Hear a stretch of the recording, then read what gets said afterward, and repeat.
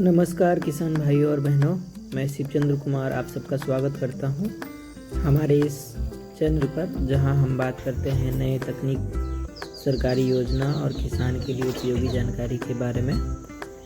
आज के वीडियो में हम बात करने वाले हैं जैविक संसाधन केंद्र, जहां वर्मी कंपोस्ट और सुपर कंपोस्ट तैयार किया जाता है। तो चलिए बिना देरी किए शुरू करते हैं। मैं अभी बेगूसराय ज़िले के नावकोठी प्रखंड अंतर्गत वृंदावन गांव में हूं, जहां गोबर से वर्मी कंपोस्ट तैयार किया जाता है। इस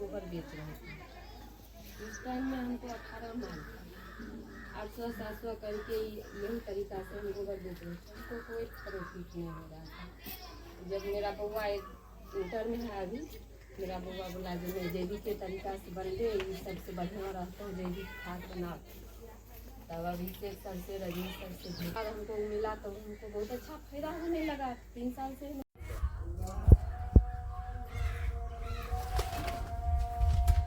ये देखिए, ये वाम है, माइक्रोराइजा है ना। ये एक तरह का फफूंद है और इसका काम है कि पौधे को जो भी पोषक तत्व चाहिए, यदि पौधे के आसपास में भी नहीं है तो क्या करेगा, ये वाम जो है पौधे का जड़ का नेटवर्क बनाता है और जहाँ पे पोषक तत्व उपलब्ध है वहाँ से लेकर के पौधा को देता है। ये बहुत अच्छा कारगर काम करता है। इसको भी हम लोग 2 ग्राम डालते हैं, है ना, 1 kg में। और इस ढंग से ये राइजोबियम है। राइजोबियम तो सुने हैं कि नहीं जी? सुने। हाँ, तो राइजोबियम देखेंगे तो हमारा जो भी दलहनी फसल है उसके जड़ में पाया जाता है राइजोबियम नाम का बैक्टीरिया। उसका काम है कि जो हमारा वायुमंडल में जो नाइट्रोजन है ना, हमारा वायुमंडल में 78% नाइट्रोजन है, लेकिन उसको पौधा नहीं ले सकता है। ये बैक्टीरिया वही काम करता है कि वायुमंडल का जो नाइट्रोजन है उसको लेकर के पौधा को देता है। और आप लोग नाइट्रोजन को डालने के लिए क्या डालते हैं खेत में? यूरिया डालते हैं। जो यूरिया है उसमें 46% ही नाइट्रोजन होता है ना। लेकिन ये आपको वायुमंडल से नाइट्रोजन लेकर जो फ्री में है, ये बैक्टीरिया यदि आपके जमीन में है तो वायुमंडल से नाइट्रोजन लेकर के पौधे को उपलब्ध कराता है। जब ये रहेगा तो फिर बाहर से यूरिया डालने की जरूरत नहीं है, तो ये डालते हैं। चलिए बढ़ते रहिए। और ये कंपोस्ट यूनिट है, जहाँ पे कंपोस्ट तैयार किया जाता है उच्च क्वालिटी का। इसको आप लोग देख सकते हैं।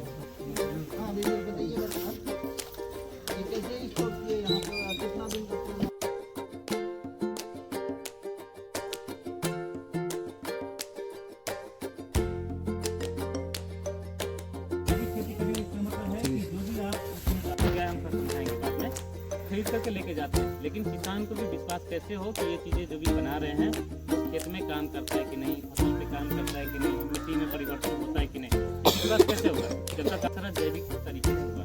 यानी आप जो भी जो है कोई भी रासायनिक का प्रयोग नहीं हो करके, जैसे यहाँ पे खेत तैयार करते हैं, जैसे दीदी जो करती है खेत तैयार किए उस समय इसमें जो है कंपोस्ट डालते हैं।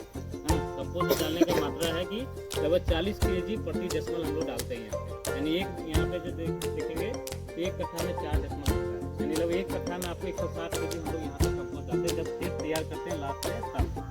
और उसके बाद देखेंगे तो हम लोग जो है इसमें बीज को उपचार करके बीजामृत से उपचार करके लगाते हैं। यानी बीज को यदि अच्छा जर्मिनेशन चाहिए, बीज में जब कीड़ा नहीं लगे, फूट नहीं लगे और अच्छा तुरंत जर्मिनेशन और अच्छा जर्मिनेशन और जल्दी जर्मिनेशन हो, उसको लेकर के बीजामृत से हम लोग उपचार करते हैं। उपचार करने के बाद रोकते हैं और इसके बाद जो हम लोग समय समय पे दे सुनिए, और समय समय पे हम लोग इसमें देखेंगे तो सुपर कंपोस्ट और जीवामृत का हम स्प्रे करते हैं और पौधे के जड़ में डालते हैं। उसके बाद हम लोग बहुबीजपत्री को लगाते हैं और कुछ कीड़ा उड़ा लग गया तो हम लोग मथास्त्र और अग्न्यास्त्र का हम लोग प्रयोग करते हैं। एक खेत में तो पूरा यही जो है 5 चीज जो बताए नाम बोले, ये सब चीज़ का प्रयोग करके कुछ मॉडल है यहाँ पे देखेंगे। जैसे वो जो उधर जो है मॉडल है वो मल्टी लेयर का मॉडल है ना। बहुस्तरीय खेती का आप लोग भी सुने होंगे। वहाँ पे देखेंगे ऊपर में करेला लगा हुआ है ना, देखिए झींगा लगा था, नीचे में साग लगा था और उसके बाद देखिए हल्दी लगा था। तो साग भी हट गया, हल्दी भी हट गया, तो अभी करेला भी देखेंगे खत्म हो गया। अभी फिर से देखेंगे हल्दी खोदेंगे, फिर हम लोग इसमें मल्टीप्लाई यानी लगाने के 4 अलग अलग खेत का हम प्रयोग करते हैं। ये 4 फसल को एक ही खेत में आप अच्छे से एडजस्ट करिएगा कि कौन सा फसल लगा रहे हैं, यानी फसल का चयन और कौन सा फसल को कहाँ पे लगा रहे हैं, ये अच्छे से ध्यान दीजिएगा। तो एक खेत में आप 4 फसल आराम से हम यहाँ पे 4 में लगाए हैं। और एक और भी क्या है फसल हो सकता था जो बॉर्डर पे लगाए थे, टाइमिंग जो होगा एक साथ तो चारों नहीं, बड़ा हो जाएगा, छोटा हो जाएगा, एक ही साथ लगता है। जैसे हम बताते हैं, इसी हम लोग जो देखें तो जुलाई में लगाए थे, है ना। जुलाई के समय में देखेंगे तो आपका ओल भी लगता है है ना। जून जुलाई में ओल लगता है, हल्दी भी लगता है, और उसी समय हम देखेंगे तो जो आपका खरीफ वाला जो भी फसल है वो जो देखने तो लगता है। तो जैसे आपको मान के चलिए कि ओल और हल्दी रोपते हैं, है ना, तो उसको जब जर्मिनेशन होता है ना, तो लगभग 1 महीना के आसपास का समय लग जाता है। 25 से 30 दिन के बाद जो देखेंगे ज़मीन के बाहर निकल करता है। ओल में थोड़ा और भी ज़्यादा समय लगता है, हल्दी में थोड़ा कम लगता है।